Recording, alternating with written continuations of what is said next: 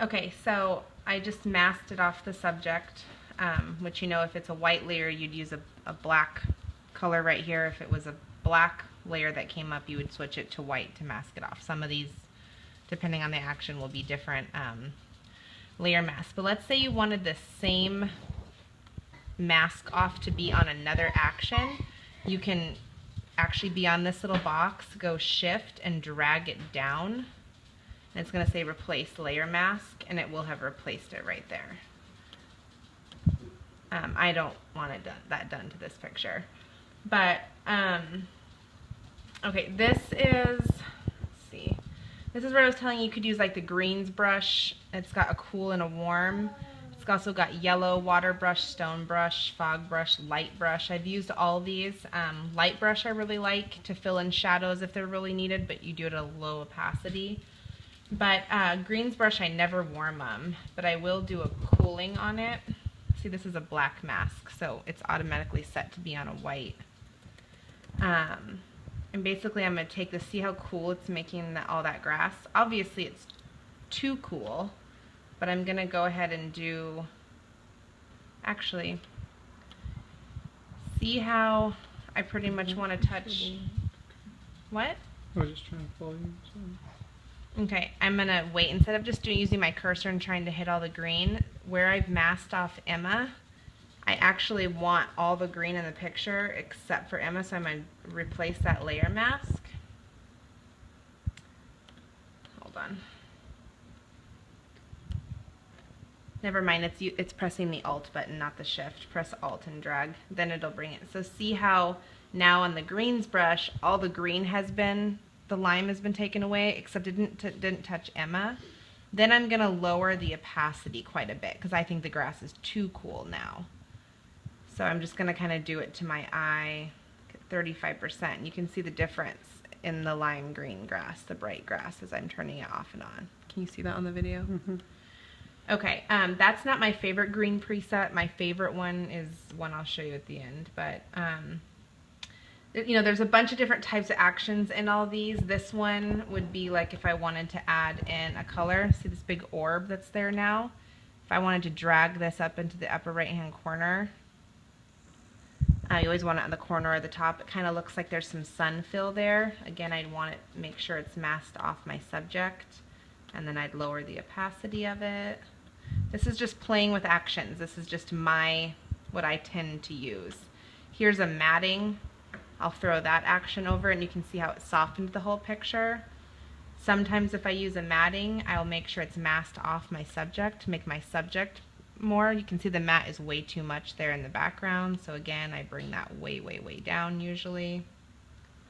Again, this is all to the eye. Here's contrast. Here's one called Silky Bokeh.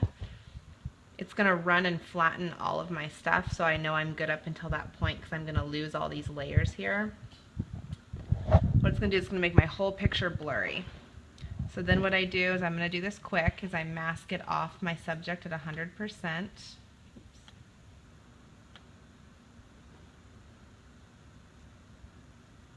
I'm going to do this real fast. So I'm masking it off of her.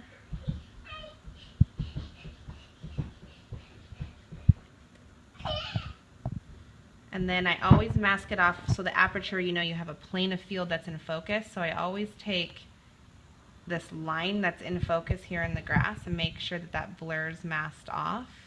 Then I take the opacity down to near 50–55%. And I take it off the rest of the picture at that lower opacity. So you can see over here, there's different shades of grays and blacks where I've kind of taken that off. And if I take it on and off, you can see that the background is a little bit more blurry, a little bit more apertured. That one's a little too much to me. I'm going to swipe it one more time. But I like that one a lot. It's a blur. I use a vignette action. I use one called Mid-Tone Boost that kind of pops my, and again, I'm lowering the opacities on pretty much all of these. This is all just to the eye. That was all an Innocence collection that I did everything with. Okay, thank you. I'm good. The last one I'm going to show you is one called Clean the Green. This is my favorite green action. It pretty much mutes the grass, I think, rather than changes the colors of it. And I just realized I only have it set to 52%. I would normally do this at 100%. And this was really, really fast, but you can see as I turn it off and on, see where it took away that lime greeniness but kept the green? That's my favorite green. Kids crying. So what I do when let's say I'm all done, which I'll show you more into actions in another video if you decide to go this way, but I always flatten the image. Then I go to File, Save As. It'll pop up with like a TIFF file. Don't change anything about what it says or the TIFF. You just press Save.